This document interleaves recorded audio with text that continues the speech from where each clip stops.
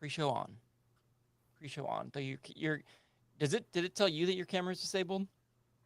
No, Oh, evidently it's my like internet's just being stupid. So yeah. I can't see you unfortunately. Um, yeah, the internet was weird last week with David. That was fun for editing, but it worked out. We got everything we needed. yeah. Okay. I don't know if we have anything to talk about. I have some tidy ups. Do you have any tidy ups? Oh, I don't have any tie ups about the that hour I got. oh, that'd be fun. You want to do that in the you? Oh, you want to talk about that right now? You say, yeah. Tell me about your mower Yeah, because you sent me a picture of this mower and it looks very good. yeah. Pretty sure our sweeper is louder than the mower. Wait, what is this? What is a sweeper? Like our floor vacuum. Oh yeah. Oh, like that. It's loud. Oh, that's how Yeah, quiet your lawnmower yeah, is. yeah. Like I had my AirPods Pro in Uh huh. with noise cancellation turned on, listening to music. Turned up fairly loud, louder than I probably should have. Mm-hmm. But no, I hear another mower down the road. Wow. Oh, I lost you. You froze. Oh, I think Weird. you're back. Yeah, I heard you say you could My, hear another lawnmower down the road, and then you froze. yeah, Did I freeze? yeah. No, Okay, I don't think so. you got to keep seeing my face, huh? Um, for those listening on the pre-show or the live stream, this is an electric mower that John bought.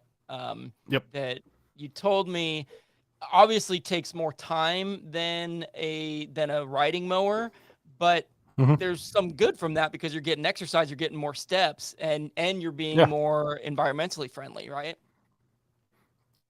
And if you want to I think about mean, it that way, you're still using electricity, which is powered by yeah, coal and whatever else. Yeah, I get it. You can stretch it back. Yeah. But yeah, I would guess it but probably saves something compared to running on gas. yeah. I mean, it took me an hour and a half of straight mowing to do our front yard, and that was without break. Like I took a couple breaks, so it was in reality longer than that, but an actual hour, about an hour and a half of actual mowing. Wow. Um, which that would be the time that it took us to mow the yard with a riding mower. Wow. That's crazy. That's crazy. Yeah, Yeah, and not to I walked almost 3 miles doing that. see, now that's great. That cancels out what I was just going to say, which is that I will say that being on a riding mower sounds a whole lot more fun, right? It's almost Oh, it is. you're driving, you're making turns, you're almost like being on a little go-kart, but Yeah. um the pro of it is, hey, I'm getting 3 miles of walking in, and again, I'm just going to err on the side that it's better for the environment. So, Yeah, I mean, uh, and I also got. I think I ended up with a blood blister.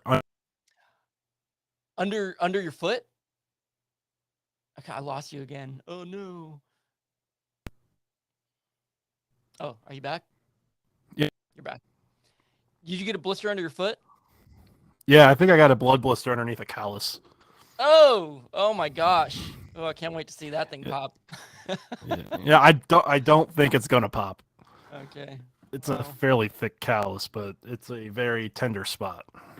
But you're building up. You're yeah, building up the blisters and the resistance so that you can mow even more. something like Um, that.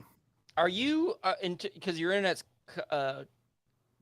dumped out? Are you hardwired in just out of curiosity, or no? You're on Wi-Fi. No, I'm on Wi-Fi, but Well, I the don't only know if reason it's Wi-Fi. I don't know if it's I mean, obviously, I guess it might be a good thing if you're hardwired in. But one thing I was thinking based on last week's guest, and this is no knock on him, but he didn't have great Mm, Wi-Fi, and we maybe should, when whoever's booking the guest, you or me, maybe a reminder would be if you can hardwire in, go that route just to be safe. right. Yeah, Wi-Fi. I don't exactly have an easy way to hardwire because that's on the other side of the house. Yeah, But I've got a good Wi-Fi. So Okay. Wi-Fi, I don't think is the issue. Okay, got it. Oh, there's something else. Well, that it's Yeah, funny you bring up a good point is that like most people probably don't have an easy hardwire in because most people probably use right. laptops and um yeah, pulling up our stream. What is the little number what does the little number on top of our studio mean? The 5 people thing. That doesn't have to do Um, anything with streaming, right? Cuz it was 4 before we even started live streaming. I have no idea what that means. Yeah, I was and you click it and nothing happens. Maybe it's I'm trying to figure out if it's how many guests we've had, but it's weird that it went from 4 to 5 just in the time that we started right now. So Yeah. I don't know. That's bizarre.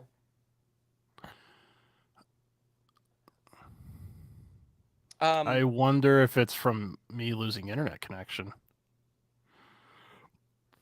yeah, but I what? wonder if there's going to be a bunch of different recordings. Yeah, but you never. I guess we'll find out. But you never actually left the call. Like you were there the whole Right. time. Um, but you know, if that is it, we'll figure it out. Yeah. Yeah, I'm going to run a test on my network real quick. Okay.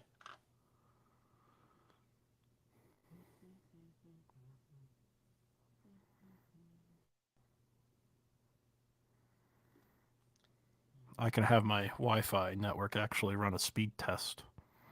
Oh, really? Mm-hmm. That's impressive. Right? It actually does it daily at like 7 a.m.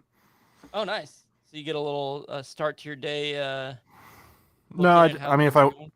If you want if I to. went into the app, I could. Oh, But gotcha. no, up and down are fine. So I have no idea what's going on. Hmm. Yeah. Well, we'll keep an eye on it. But again, at least it records Mm-hmm. the whole thing for us. Yeah. I Um, wonder. Can okay, so something I was thinking about. So here's what I finally started doing is like for tidy up, I have a note that I'm just gonna keep on Right. running in my phone. And I Mm-hmm. also included this isn't a tidy up, and I to be honest, I want to talk about this on the actual show, not today though. But when it makes sense to do it, but it'll get a little Mm-hmm. intro on the. So if you're a patron right now, you're getting something in this pre-show that nobody else is getting anywhere else, and we may talk about later. But I guess I'm talking to the audience really quick and you, John. But John and I have talked about the idea of a segment called like "Why Does John Hate Something?" or I really liked your suggestion though. We'd be stealing it from Family Guy, which is what really grinds my gears. Such as for John is the toothpaste, the mint toothpaste, the bald eagle, and John Williams music is what we have so far. And I realize I have one. I have one of these things that bugs me every time I see it, and it happens all the time. And I'm curious, first of all, John, if you have the same experience, because I don't think everybody notices this, but I do. But I do want to know how many people notice it when I'm Mm-hmm. watching television or movies, and they are drinking coffee in paper cups. The cups are so blatantly empty. They're so light. Do you notice this, John? I have in the past. You have to start watching because it's all the time. Somebody comes in with a tray with 4 coffees on it, and it's basically like floating in the air. They're like, if if I was an intern, right? I know what it's Mm-hmm. like to walk with a full tray of coffee, and you're having to like walk on a tightrope and make sure you don't spill it. They're just willy nilly like throwing it around, and I'm like, there is no way in it. Or they get somebody hands them a cup of coffee, and it's just I don't know how to explain it other than it's so blatantly empty. It's light, and I'm like, oh, they're doing a fake sip right now. These actors didn't fool me. Um, so I don't know, man. Again, this may have to Yeah. be something that maybe it's an online only thing, maybe it's a patron only thing. But I need to get this out there to see if anybody else. And you know what else? And on top of this, gears are really grinded because I can't stop talking. I want to talk to someone in the industry, a prop person who does this, and really find out the reason. I would imagine it has a lot to do with it's just way easier when it's empty. It's way easier to Yeah. handle. But put half a cup of tap water in there. It doesn't have to be hot, just enough so that it has weight to it, so that people like me aren't watching and being like and coming on podcasts and yelling about how fake it looks. So anyways, John, you got to tell me if you're watching in the next couple of weeks and you see something, please tell me if you see it, because I cannot escape it. It drives me crazy. It really grinds my gears, John. That's how It happens. Yeah. That's how our segment needs to go. Is it always? We know we're done when the other person says, and that really grinds my gears. And then we go into a jingle that I haven't made yet.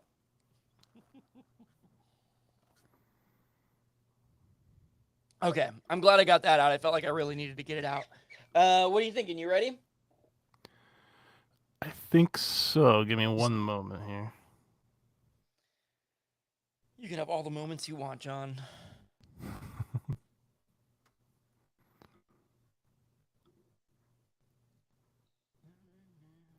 But you better hurry because these dogs are sleeping for long. So I'm just joking. Yeah, I know. I'm joking, but it's true at the same time. Luckily, they got a lot of energy out just now, and they're down for now. So fingers are crossed. Yeah. Oh, I just watched a movie on Netflix called Clove Hitch. Have you heard of this? I think No. it's I can't remember if it's called Clove Hitch or Clove Hitch Killer. But it's about a boy and his family.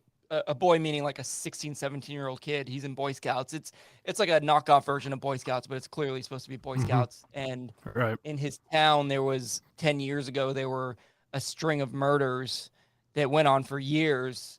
And the person who did the killing always left a clove hitch tied to a post and was really into like bondage stuff. So would tie up his victims in clove hitches, right? And so that's why they got the name Clove Hitch Killer.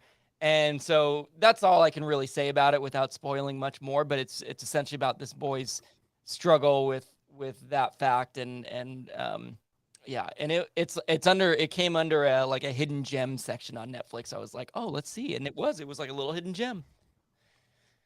I don't know. It's not like a scary movie. I was thinking about you because I know you don't like scary. It's not scary, but there definitely is like it's suspenseful, and there's definitely scenes of I guess violence and potentially disturbing scenes, but not like not like bloody, gory horror. Anyways, if you decide not to watch it, I'll spoil it for you. Did you ever watch the show iCarly back in the day? No, I didn't, but they came back, right? Yeah, and it actually is more of an adult show now. Like they just they didn't gear it towards kids. They geared it towards the audience that watched it back when it was originally on, which is our age.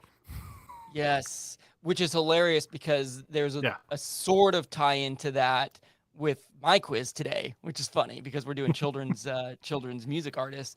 Where is iCarly on? Is it on Disney Plus? Paramount Plus. Oh, Paramount Plus. Okay. And yeah. Oh, it was Nickelodeon. I was thinking it was Disney Channel. That's right. That makes sense. That is a great idea. And in fact, some clip came up on our Instagram just, because they throw up things they think we might be interested in. And it was because I ended up watching a video of Rob Gronkowski and Miranda, what's her name from iCarly? I think her name's Miranda something. Cosgrove. And that's it. Miranda Cosgrove. They got slimed, and I was like, "Oh, look at Rob Gronkowski getting slimed." And then another clip came up, and it looked like iCarly won like best show, and it was it was like a bunch of adults, and they thanked like the audience for like going with them on this journey, and so it kind of makes sense to what you're saying. Yeah, that's nice. I think if I did watch iCarly as a kid, I'd probably watch it. But you think I would like it with no context of iCarly? So yeah. Okay, I'm going to watch it. I'm going to do it. That sounds fun. I like family-friendly stuff like that, so I'm in. It's definitely more adult-oriented, so I mean, teenagers would probably like there are some more adult aspects to it now. Okay, nice. So it's not so that I guess family-friendly is I'm sure it is somewhat family-friendly, but that doesn't mean it's kids only or campy or whatever. Right. It's actually got adult themes in it. That's cool. Okay. Yeah. That is the last thing I would have expected you to recommend, and I love it. And I hope somebody else is listening to this and goes and watches iCarly too, based on your recommendation. Yeah, no, it's funny. I mean, it's just as funny, I guess, as when it was originally on, and the second season just started. So, Okay. Cool. point. I think on Fridays, I think is when the episodes come out. But Sweet. Sweet. Well, if we're doing show recommendations, one show that I've loved for the last few years but took a long hiatus is Atlanta with Donald Glover, Childish Gambino, also known as Childish Gambino. I don't know if you've ever seen this show. I love it. I love it.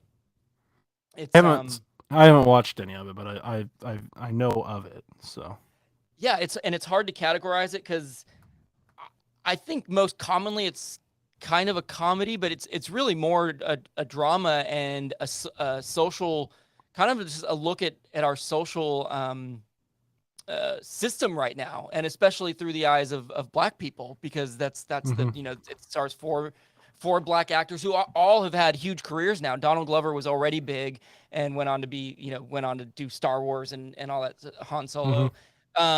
But the character Darius, he was also in Get Out, which I'm sure you haven't seen, but he's had a lot of roles. The woman who plays Vanessa in that show, she was in The Joker. Did you see The Joker with I haven't. Joaquin Phoenix? Okay, well No, I haven't. I guess you'd call her the love interest of the Joker. That's the best way I can describe her. But and then the fourth main cast member who plays Paperboy, the rapper, he was in Eternals. You saw Eternals, right? I'm about 3/4 of the way through it. Okay, so he's the Black guy in Eternals, the guy who does the technology stuff. So that's so that's Paperboy. I didn't love Eternals. I like Shang-Chi better. It's not bad, but it was hard for me to get into it. But I finished it. It's still a pretty phenomenal looking movie. It's just Marvel set a very high bar. So Moon Knight has been fantastic. Moon Knight is so good. I love it. There we go. We just had to keep throwing things out there to find one that we were on the same page on. I love Moon Knight, and that first episode especially, blew my mind. And now I didn't know anything about the character or what was going to happen, so that made it even better.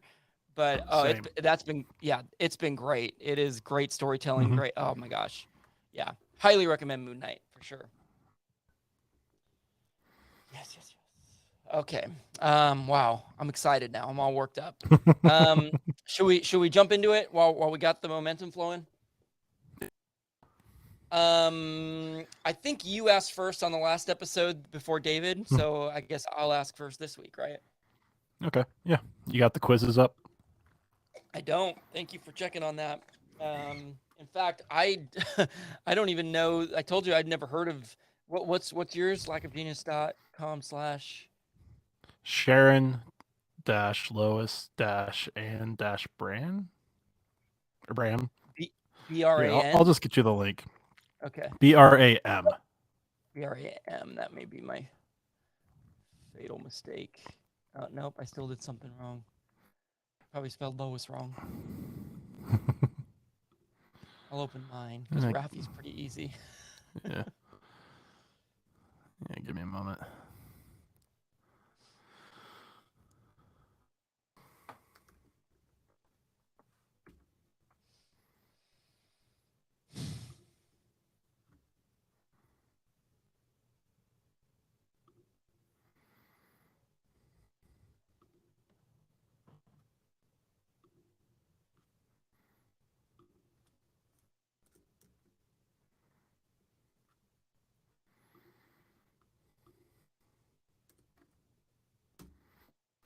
Okay. Chat. Sweet. Got it. Oh yeah, I spelled low. I put a U in Lois. That was my problem. Okay. All right. Well, I say we go for it then. Yep. Okay, gonna hit this. Let me turn this volume down. Here we go. 3, 2, 1. John likes tech and lives in Indiana, you know. Kevin likes the Dodgers and talks on the radio. John plays games on Xbox and on his Nintendo, while Kevin runs around LA with his mustachio. It's the Lack of Genius podcast, in your ear holes at last. They don't know they're Mars from Venus, that's why it's the Lack of Genius podcast. John, great to see you. You too. Great to hear you. Likewise. And I would say great to smell you, but we are in different parts of the country, so I cannot smell you right now, but I'm sure you smell wonderful. I probably don't. All that lawn mowing that we were talking about in the pre-show. Yeah. that was lawn probably mowing, and then went on another walk today. So awesome, man. Good for you getting your exercise in. That's great. Yeah. Mhm. Well, welcome to the Lack of Genius podcast. As we just said, my name's Kevin, and that's John. And we kind of, well, I'll say what we're doing this episode. We are doing, correct me if I'm mistaken, but children's singers and songwriters from our childhood. Is that accurate, John? Yeah, I think so. Last week, we here's what we do. We kind of get together, John and I, and we map out the weeks ahead of what our episodes are going to be, and we book guests and we put it on, and we have the next few episodes booked, but we realize like, oh, wait a minute, what are we doing next week? We didn't have anything on the calendar, and so we just sort of last minute. I forget how it even came up, but I think I was just thinking about my own kind of aspirations of being a child singer and a child singer, a singer of children's songs and children entertainer, and thought about what I liked growing up, and I threw out the name Raffi to John, and then John. So if you don't know, Raffi is I'll just take the Raffi portion really quick. He was once called one of the most popular children's singers in the English-speaking world. This guy was huge in the children's world. I have very specific memories of listening to cassette tapes of him in our 1989 Ford Aerostar van, that silver van that we took from Southern California up to Utah and Zion National Park and all these places. And yeah, my parents, Raffi probably saved their lives because he kept us entertained and we would sing along to all the songs. Probably his most famous song is one called Baby Beluga. He also did Banana Phone, Down by the Bay. Are you familiar with Raffi, John? I forget if I asked you. Okay, so you grew up on Raffi too. Yep.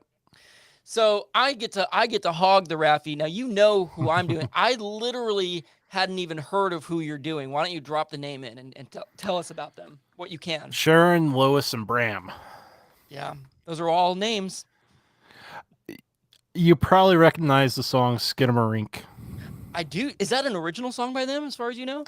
As far as I know. Wow. Yes, Skidamarinky dinky dink, Skidamarinky doo.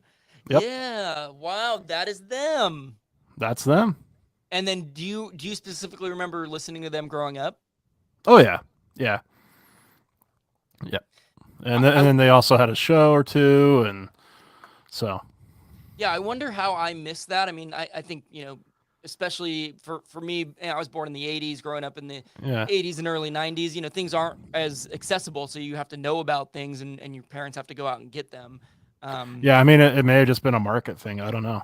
Yeah, I'm wondering if the Midwest maybe had a different. I don't know. It could be. It could be. Yeah.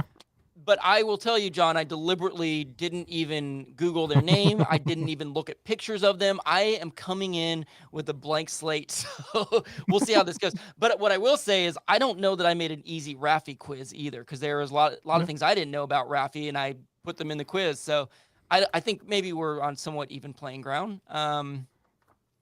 But we'll see. Yeah, we'll see. We'll find out. Let's. I think we can tidy up, and then we can get into our quiz. Yeah. Yep, sounds good. Okay. Tidy up before we go any further with the show.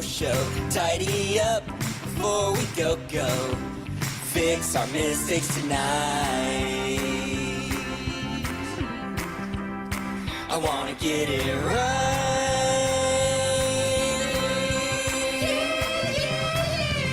Tidy up. That's the kind of amazing children's music I'll be making for your children to become. So I'll dethrone Raffi as the great, most popular children's singer in the English-speaking world. Just you wait. I don't have any. I just want to put stuff out. I don't actually want to do that. Okay, so I got a couple tidy ups. I'll start with just a thank you to our guest last week, David Radcliffe, who was amazing, not just for Earth Day, but every day. I mean, I'm biased because A, I know him well, and B, this is my podcast. This is a podcast we do together. But I just thought what he had to say was so poignant and so thought-provoking and really helpful and really encouraging to kind of be like, here's what I can do to do my part. So big thank you to him. And part of the reason I bring him up is because he sent me an email right after the show. He couldn't remember the name of a book by David Wallace Wells about climate change. He was struggling to come up with that on the spot. It is called The Uninhabitable Earth. So David's 2 book suggestions were The Uninhabitable Earth by David Wallace Wells, and the other one was The Day the World Stopped Shopping by J.B. McKinnon, in case you were like, oh, yeah, I did want to buy those books. Thanks for reminding me, Kevin. You're welcome. John, I can't remember if you had a tidy up or not.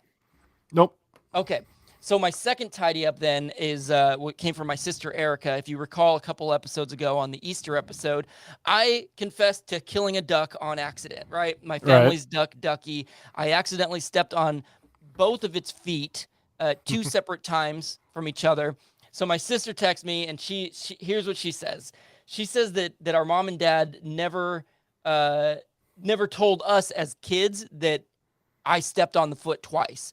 So they protected me and didn't tell my sister and brother that I was the one who killed the duck. They didn't find that out till adulthood, and that's when it became an on-running joke, which I totally forgot about, and she's absolutely right. Her recollection of it was that that the first time I did it, it was because we had a tire swing in the backyard, and I was pulling the tire swing back and wasn't watching where I was going, stepped on the duck. And then my recollection, which was probably the second time, was when my dog jumped on me and I stepped back and stepped on it. And what she says is that she remembers that Ducky came home with a brace and that she was told that he broke his second leg somehow and died. Or maybe they were being honest about putting him down after breaking his leg the second time, but they did not let me or our brother Robert know that it was me who broke his leg the second time. So my parents tried to protect me as any good parent would do, but the verdict has the judge has ruled and the verdict is in, and Kevin is guilty of accidentally killing this duck, I must admit. Now, if Stella or Coconut end up with a broken leg, then we have a pattern, right? right? Then it's no longer accidental. Yeah, then call the cops. Call the animal control and get him in here. All right, that feels good to get off my chest. Let's quiz each other, shall we? We shall. Okay. It's time to take a quiz or two, like a genius podcast doing this for you. You may fail, but it ain't no lie, baby, it's quiz time. Don't really want this quiz to be tough, I just want to pass one cause I failed enough. It might sound crazy, but it ain't no lie, baby, it's quiz time. All right, John, we're tapping into our inner childhood today, yes? We are. Do you feel like, I mean, because we're both music fans now, do you remember being really moved by music as a kid or maybe just as much as anyone? Do you have any significant memories? Just kind of curious. I think just the normal amount, nothing stands out, but Yeah. I mean, I've always enjoyed it. Yeah, it is interesting because I think as a kid, what's so nice is and you being a father, you can probably attest to this, but kids love music, man. They connect to music, and that's why so many educational tools are surrounded around music. And I think that's one of the things, without trying to get too deep right off the bat, that I'm excited about doing for this episode is that music plays such an integral role of our development as human beings. And even though we all develop our own taste down the line and any of the various genres, it all started with the stuff that we all heard and the little songs we learned growing up. So it'll be nice to highlight a few of those. Yeah. All right, I'm gonna get things started here with our Raffi quiz. You ready for number one? I am. All right, let's find out a lot about Raffi's history. What country was Raffi born in? R-A-F-F-I, Raffi. What country was he born in? Was it A, Canada, B, Armenia, C, Egypt, or D, Madagascar? Well, I knew he wasn't American. Yeah, this is something I didn't really know either.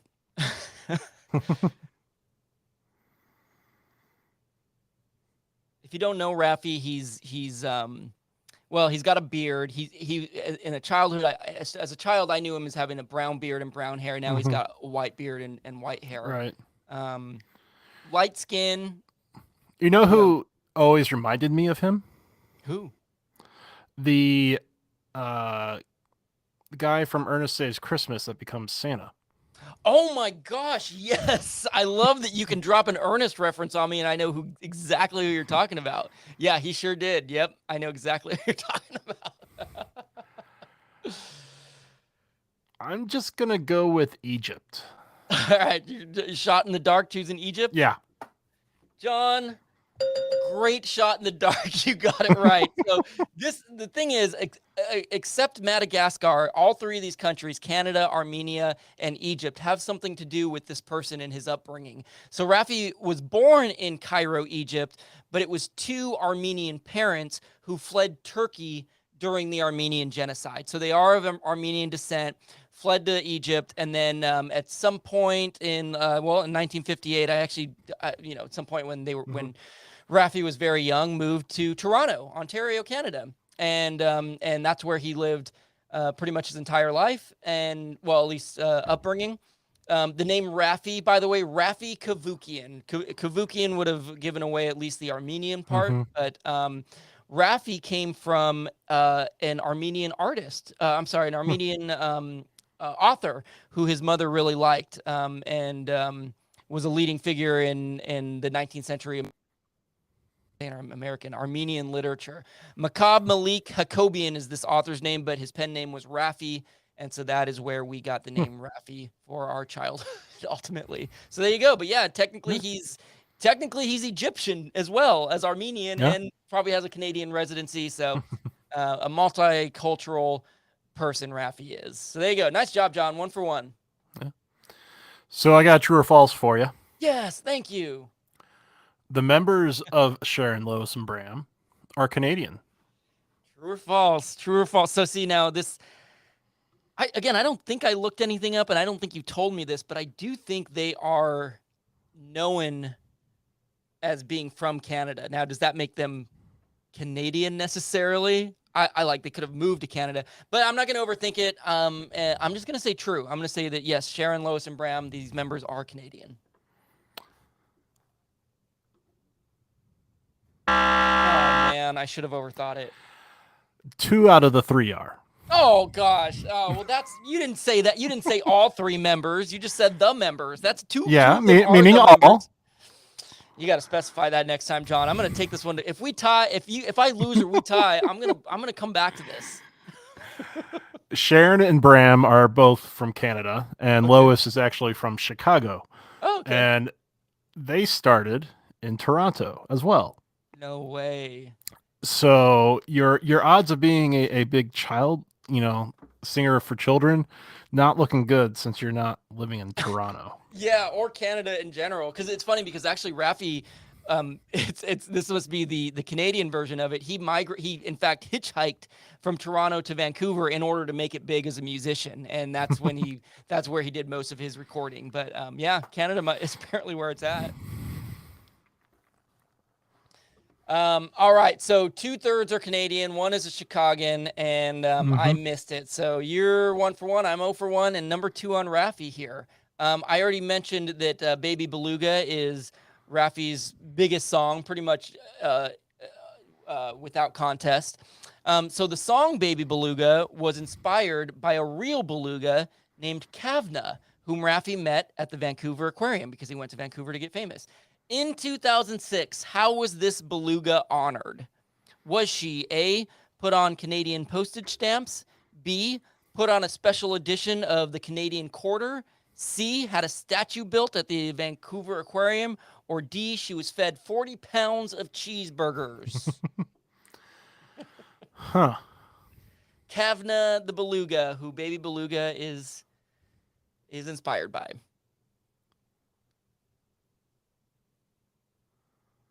Let's see here. I'm thinking either the postage stamp or the statue. Mm-hmm. We got postage stamp, we got Canadian Quarter, we got statue at the aquarium, or the 40 pounds of cheeseburger. I'm going to go with the postage stamp. She was put on Canadian postage stamps. You locking it in, John? I am. 2 for 2, my friend. You're killing it. Keep it going. See, you're just going to put it completely out of reach so I don't have to complain about that first question. Yeah, Kavna was the most famous of the beluga whales at the aquarium, largely due to this song. Visitors would come all the time to see this beluga. 30 million people, it's estimated, came to see Kavna throughout her long life. In fact, she passed away. It's been 10 years now. 2012, she passed away. She was 46 years old. The average beluga lifespan is 25 to 30 years. So she lived a very long life. The entire thing was in captivity, and so I know there's probably some mixed feelings about that. But she did have a long life. She was adored by many, and she was obviously the inspiration for a song that many generations know and love. Raffi, that is, got a chance to actually meet Kavna up close and personal. This was in 1979. Got like a kind of like go with a trainer and see it. And what he said is, quote, "She had a profound impact on me when I met her. Kavna even came out of the water and placed a gentle, graceful kiss on my cheek, and I couldn't stop talking about it for a couple weeks." So clearly it really moved Raffi, and he ended up writing the song, and it became a big hit. And I'm sure he's very grateful to this beluga, and would have fed her 40 pounds of cheeseburger if he had the chance and if that was healthy. Maybe. So there you go, John. Man, nicely done. 2 for 2. And I'm just trying to keep pace. Let's see if I can go 1 for 2. What year did their first album come out? Okay. 1978, 1984, 1990, or 1993? Very nice. Very nice. Wow. 78, 84, 90, or 93. So Raffi, who it sounds like these two, their careers kind of mirrored each other. Raffi, I just mentioned 79 is when he was inspired to write Baby Beluga. I actually don't know when his first album came out, but he was huge in the especially the 80s and 90s. Was this the same for Sharon, Lois, and Bram? I really want to choose the earliest one. And I don't know why exactly. I think for some reason when I hear the name, it just 70s pop to mind. And so for that reason, I'm just going to choose 1978. Locking it in? I'm locking it in. Oh, yeah. Yep. 1978 is when their first album came out. Like I said, they started in Toronto. That's where they recorded and everything. Their first album was called One Elephant, Deux Elephants. I love that. They are in Toronto, Ontario. So yes. gotta get the French in there. That's great. So, and I love that they included English and French. So it was just everybody wins. That's great. So it's funny because. So Skidamarinky Dinky Dink, you said, is probably what they're most known for. Hopefully I'm not spoiling any questions. Yeah. That's probably one of their biggest. Part of the reason I ask is, as far as it was an original song. And as I'm looking through Raffi's greatest hits, as I was going through a lot of these, songs like Down by the Bay, I was like, oh my gosh, that's a Raffi song. Right. And turns out it's actually not. It's a popular cultural song. But he, at least for me and my siblings, like we know it from Raffi. In fact, I can see the watermelon so clearly every time he sings. Where the watermelon grows. So I do wonder, Skidamarinky Dinky Dink, that's genius. And it's funny too, because both those songs, Skidamarinky Dinky Dink and what was I just talking about? Down by the Bay. Both of those are also like campfire songs that I sang growing up. Gosh, I'm a camp director. Gosh dang it. I'm going to start singing Baby Beluga at campfires. We're going to do it. We're going to make this big.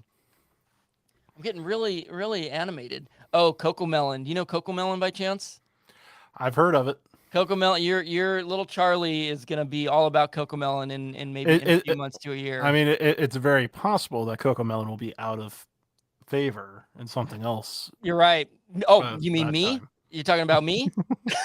No, not you. You don't live in Toronto. You're right. I got to move to Toronto first. Cocomelon did Skidamarinky Dinky Dink, and if you don't know the Cocomelon, man, every toddler, every child under the age of 2 is obsessed. So there you go.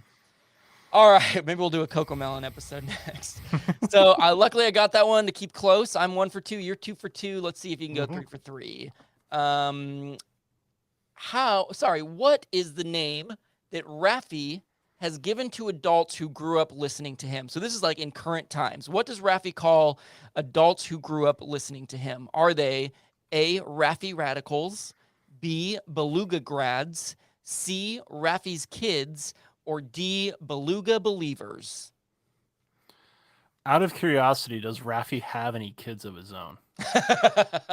I do not know, actually. I clearly didn't do a deep enough dive. I do know he's married, but I don't know if he has. You're thinking if he had kids of his own, he probably wouldn't call them Raffi kids. Right. Raffi's kids. I will look quickly. No, actually, as far as I know, he doesn't have kids. I didn't come across that anywhere. Don't quote me on that, but I did not come across that in anything in my research. I'm also kind of thinking on Beluga grads. I think I'm just gonna go with Beluga grads. Beluga grads, you just feeling that one Yep. or what? I am.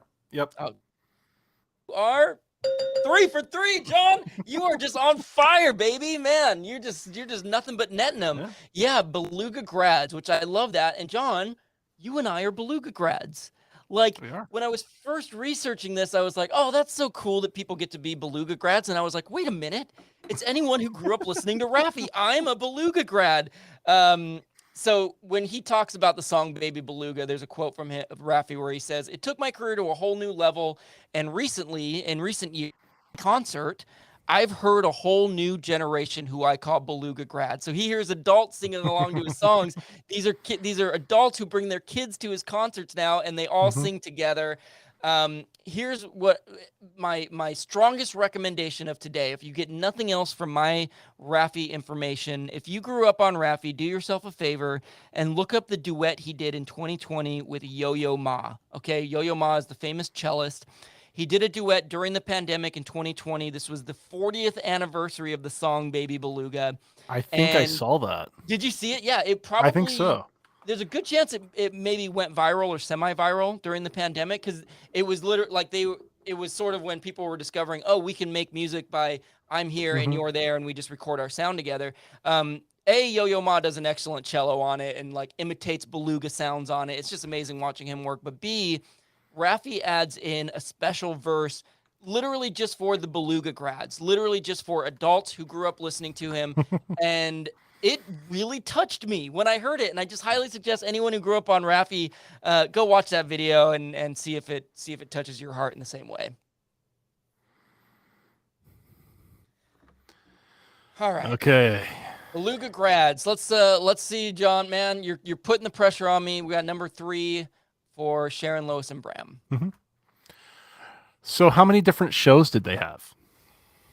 Okay.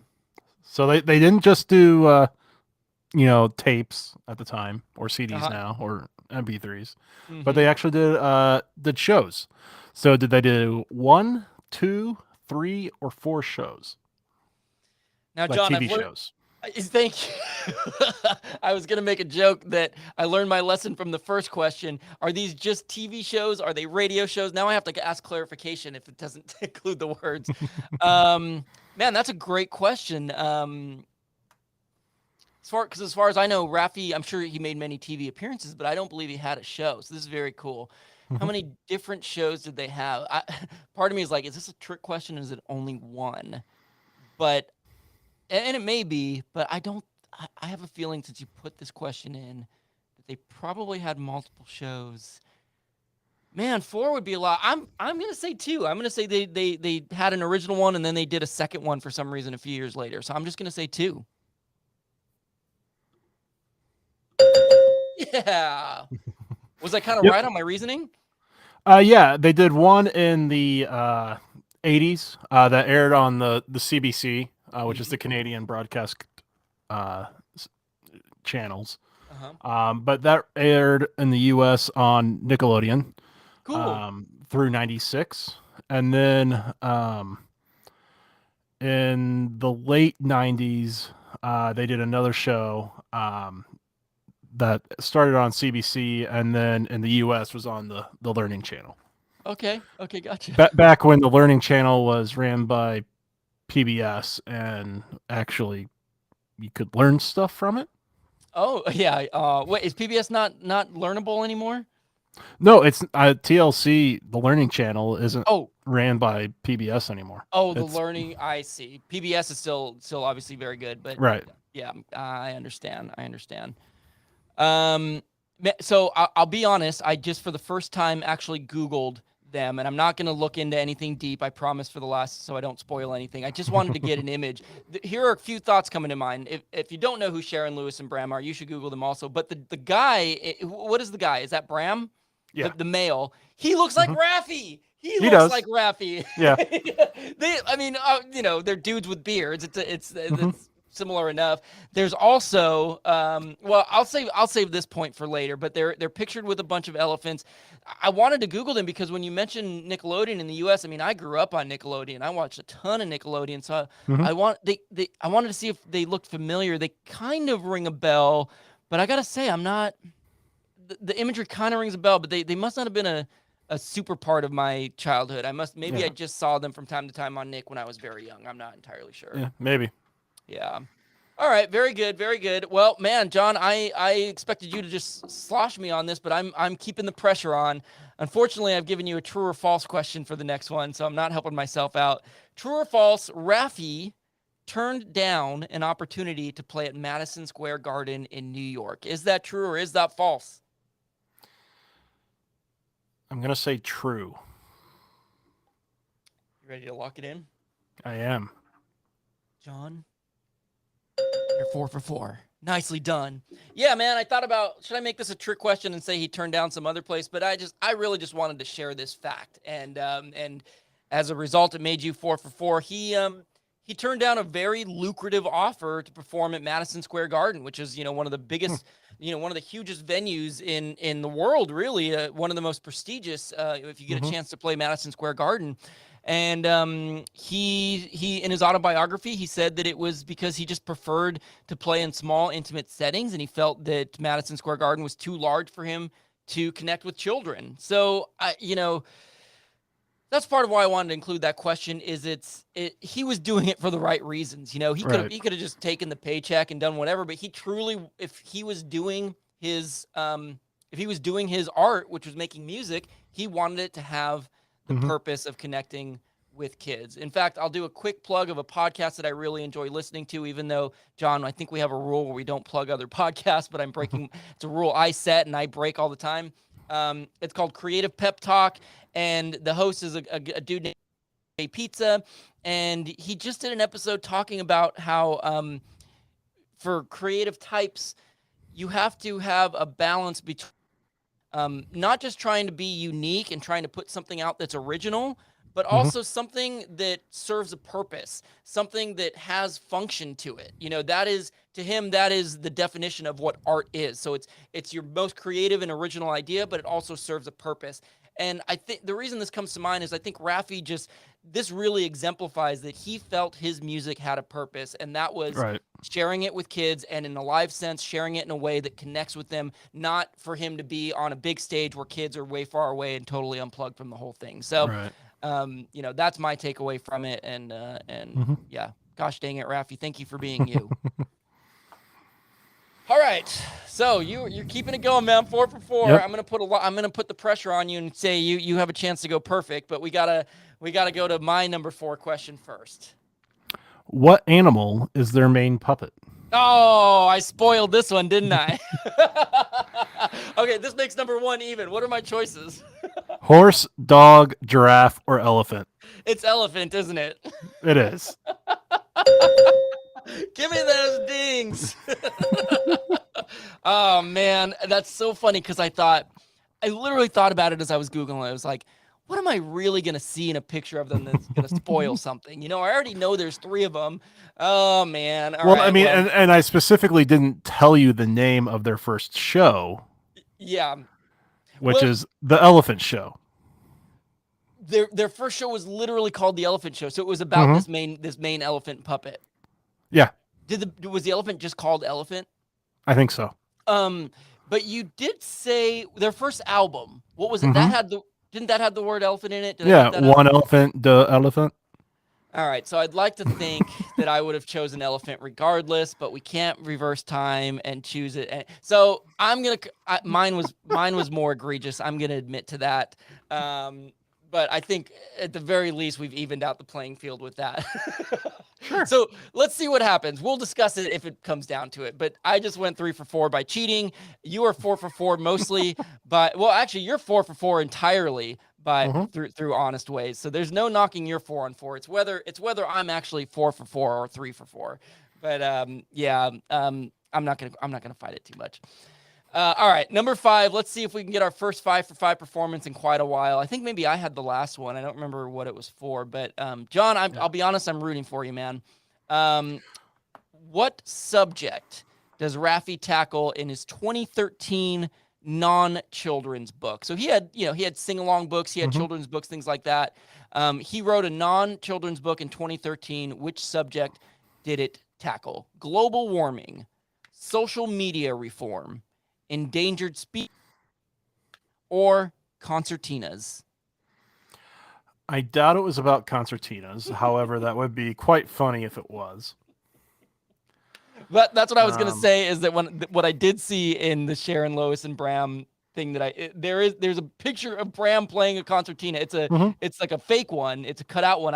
Maybe he played a real one, but yes, that was what the thought I was gonna share. So you're thinking it's not concertina here. What are you thinking? Yes, social media was around in 2013, but it wasn't the huge thing it is now, both from people using it and the issues it can cause. So that kind of leaves global warming and endangered species protection. The fact that he has, the affinity with the beluga, Kavna, and everything, I'm going to go with endangered species protection. Endangered species protection. You want to lock it in, John? You're going 5 for 5. You don't want to second guess it? Yep, going for it. Endangered species protection is incorrect. I'm so sorry. This was a tricky, and I knew this one would be the hardest question regardless, because your logic was absolutely right, except that it was social media reform, and it was ahead of its time, which is part of why I wanted to include this question. Okay. And to be fair, I kind of threw in tough. Endangered species would be the one that I probably would have picked as well. But yeah, in 2013, he published a book. It was called Light Web, Dark Web: 3 Reasons to Reform Social Media Before It Reforms Us. And, it examines both the benefits and the dangers present on the internet and in social media. And again, this is 9 years ago, when it was, I feel like it was really just starting. It was really, the spark light behind it was an unfortunate death by suicide of a young teenager named Amanda Todd. She lived in Vancouver, which is what ultimately became Raffi's hometown, and it really affected him. She was the story was that she ended up dying by suicide as a result of online bullying, and I did, even as I was researching that, I do kind of remember that was sort of when it was starting to come up more often, that subject. But it even took him as far as to partner with he has a nonprofit called Raffi Foundation for Child Honoring. And along with some other nonprofits, he co-founded what was called the Red Hood Project, which was a movement for consumer protection for children online that launched in 2012, and then was followed by the book. So yeah, I think that's amazing, because right now I'm like, oh my gosh, we need social media reform. He was talking about it 9 years ago. Right. Raffi does champion other causes, including global warming. In 2007, he wrote and recorded a song called Cool It, about global warming, and it was a call to action on global warming. He also supported Bernie Sanders in 2016 and wrote a song called Wave of Democracy. So he uses his voice and his music for other reasons other than just entertaining children, and I applaud that for sure. I'm sorry, John, that you didn't go perfect, and now that makes it to where, let's see what happened. Let's see if I get the last one right, because I'm 3 for 4 right now. You're 4 for 5. Let's see if we have controversy or not. What award have they earned? Ooh. The Nobel Prize, the Grammy, an Emmy, or an Order of Canada? Order of Canada. Oh man, I assume that's a very real award, and there's not an all of the above. Ooh, man, this is a good question, John, because if we're going big, like a Nobel Prize, I mean, they could have won a Nobel Prize for, I don't know what the various things they give out, but I know like artists and literature and whatnot, they receive Nobel Prizes. I would love to think that they earned a Grammy. They as far as I know, for quite a while they've been giving out Grammys for children's songs, but maybe I'm wrong on that. I don't know. Emmy, because they've had a TV show too. They could have won. They're Canadian, John. They could have won any of these. Mhm. See, I am going to give my best guess. I really am. But part of me wants to miss it just so that we don't have controversy. But wow. Oh my gosh. This is what I actually want to choose. I think it's a little bit going out on a limb, but I'm going to say, gosh dang it, I'm going to say they won a Nobel Prize. I'm doing it. Okay, all right. That was too far-fetched. They have earned honors as being a part of the Order of Canada. Order of Canada. Wow, no Grammys which- or Emmys, though. Too bad. Not that I know of. Yeah. And my guess is Raffi also has been a part of the Order of Canada. I would guess so, too. Yeah. Yeah. It's basically you can kind of think of it like the Canadian version of being knighted in a way. Oh, nice. Yep. Like it the Queen is the head of the Order of Canada. You just have to be Canadian to be inducted into it. It was started in 1967, and to date, or I guess this is as of 2 years ago, there's been 7,200 people inducted. That's cool. Yeah. Justin Bieber got his yet or no? I have no idea. But I mean, it allows you to, I guess, have a herald, like a coat of arms type thing officially. Cool. Yeah, there's a council that puts names forward, and so yeah. Do they get a title like when you get knighted in England, you become sir or lady? Is that what you get? Do you get knighted? And I know you get sir. Yeah, that's being knighted. I haven't seen anything like that. I do, and I do wonder if Raffi has it. I wonder if you have to be born in Canada. I would assume that Raffi has Canadian. Well, that's true. But he may not have this award because he wasn't born in Canada. Right. So Sharon and Bram both are official, where Lois is an honorary member.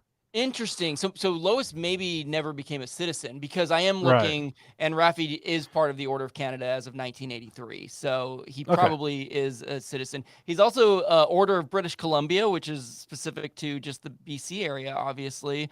And this one I was excited about. He won the Fred Rogers Integrity Award. This was given by the Campaign for a Commercial-Free Childhood. And anything with Fred Rogers' name on it is a pretty big honor. I'm sure Raffi enjoyed winning that one. And he's considered Canada's all-time children's champion. I love that title. That's not even a title, but I like that a lot. Yeah, they earned their Order of Canada in 2002. Okay. All right, cool. So wow, that's crazy. 2002, because Raffi, I mean, maybe Raffi had a bigger hit, but he got it way back in 83. So it's like, Baby Beluga was 1980. That was their big hit, his big hit. So very interesting. Well, I'm glad that I missed that. I went 3 for 4. You went 4 for 5, despite any controversy or lack thereof.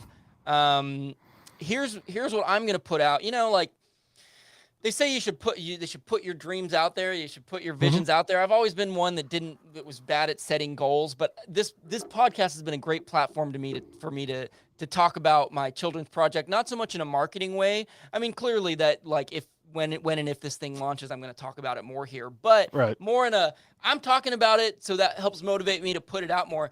My goal is to get a Raffi collaboration when Gouda Wooda becomes big enough that I can reach Raffi. And maybe I don't even have to get big enough. Maybe I just have to have some stuff out there, and he just has to see that my heart's in it. And that I'm gonna channel Raffi, and I'm gonna do it for the kids, and I'm gonna put my heart into it. and hopefully you'll be seeing Rafi and I on a screen together singing either Baby Beluga or Dogs Go Bark, which is one of my Gouda Wooda songs. We'll see. All right, John, congratulations. We are returning next week. Did you have anything else in terms of Sharon, Lois, and Bram? I don't think so. I'm looking forward to doing a deep dive into some of their music, and I highly recommend that everybody that loved Rafi check out that Baby Beluga Yo-Yo Ma video. And while you're at it, just maybe watch Skidamarinky Dinky Dink and get your Sharon, Lois, and Bram fill as well. Yeah. John, it's a pleasure coming on with you every week. So grateful to our listeners, to our patrons. We are on Patreon, and we would love your support. But we will take your support in whatever form that is, which includes listening to it. I noticed today we have we had a few international listens. I think we had listens in Malawi, Ethiopia, Australia. I have a feeling this is connected to our rugby episode. Because rugby is big everywhere in the world, but here, and now it's growing thanks to our guest Benny Wishdell. But yeah, I am going on and gushing my thank yous to you for listening and making us what we are. So really appreciate you, loggers. And we'll catch you next week, right, John? Yep, indeed. All right. Adios.